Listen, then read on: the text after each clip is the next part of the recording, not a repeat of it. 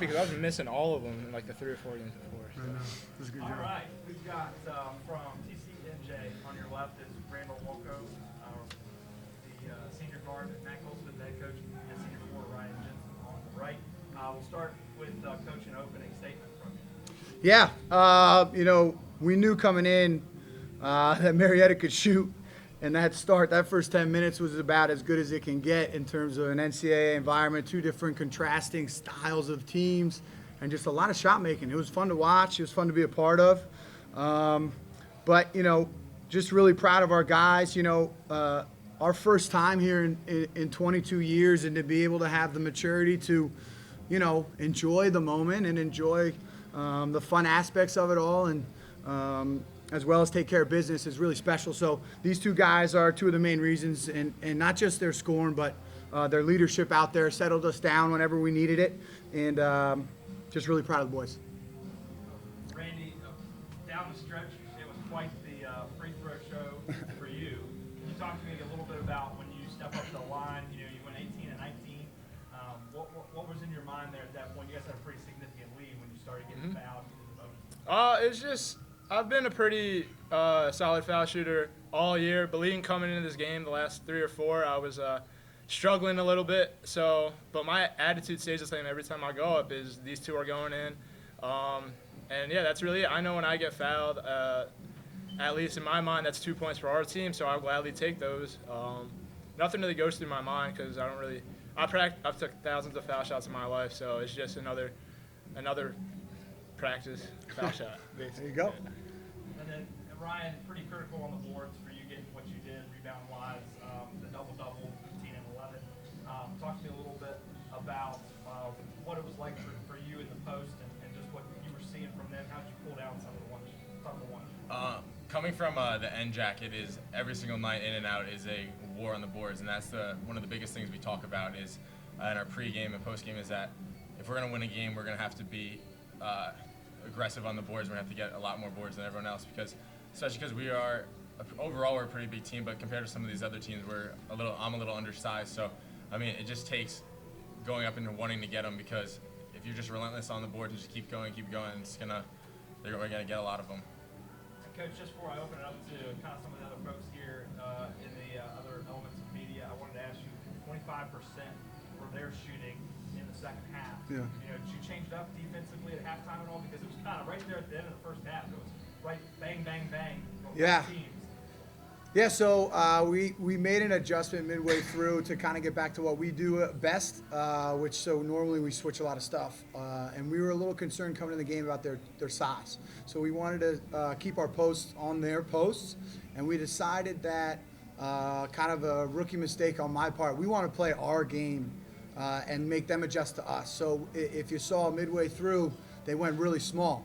And that's when I knew it was flipping to our pace and our style. So they put in 4 guards suddenly. They had the big in there, and now that's just the way we play. We knew we could handle that. So we settled in really nicely there. Good lesson to learn as first time in here is just keep doing what you're doing and do what you do well. Open it up for other media questions. So this is going to you guys, Randy and Ryan. You guys started the second half on a huge run, 17-2. I feel like that was like a signature kind of run for you guys. You guys have been doing that all year, especially in the second half, just coming out and going on a big run to take control of the game.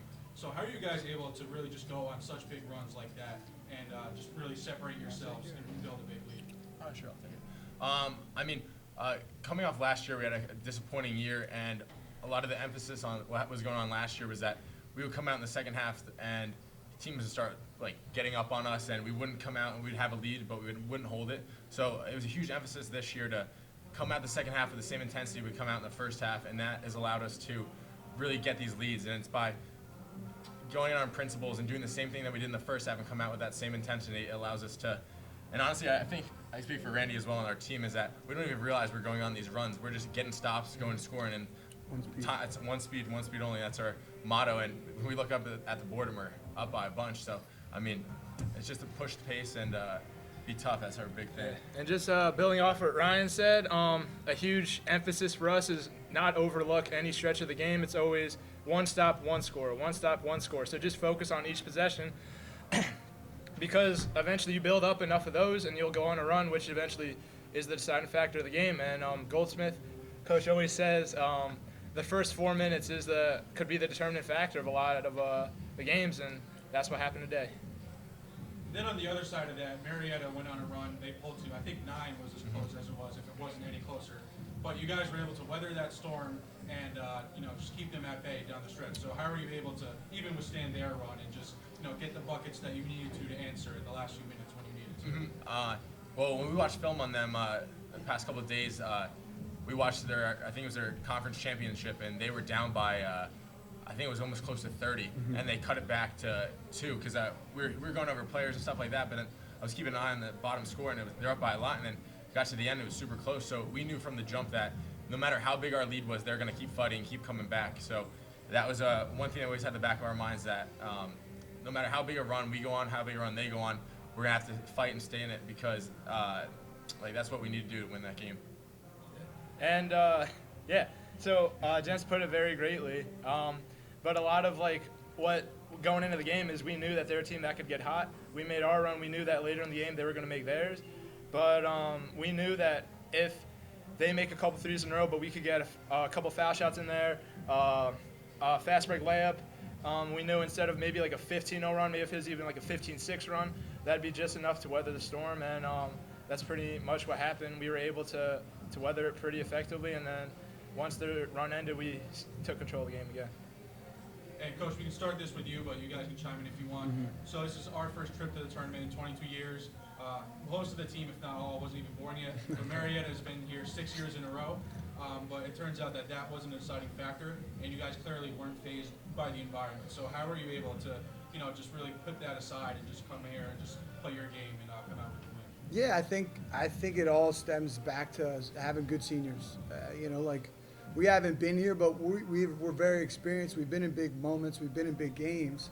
And our kind of thing over the last couple of months has been, we play at one speed and one speed only. It doesn't matter if we're in Virginia or we're in New Jersey or we're playing a team from Ohio or we're playing a team from New Jersey or wherever it might be. We're going to play at one speed and we're going to do what we do.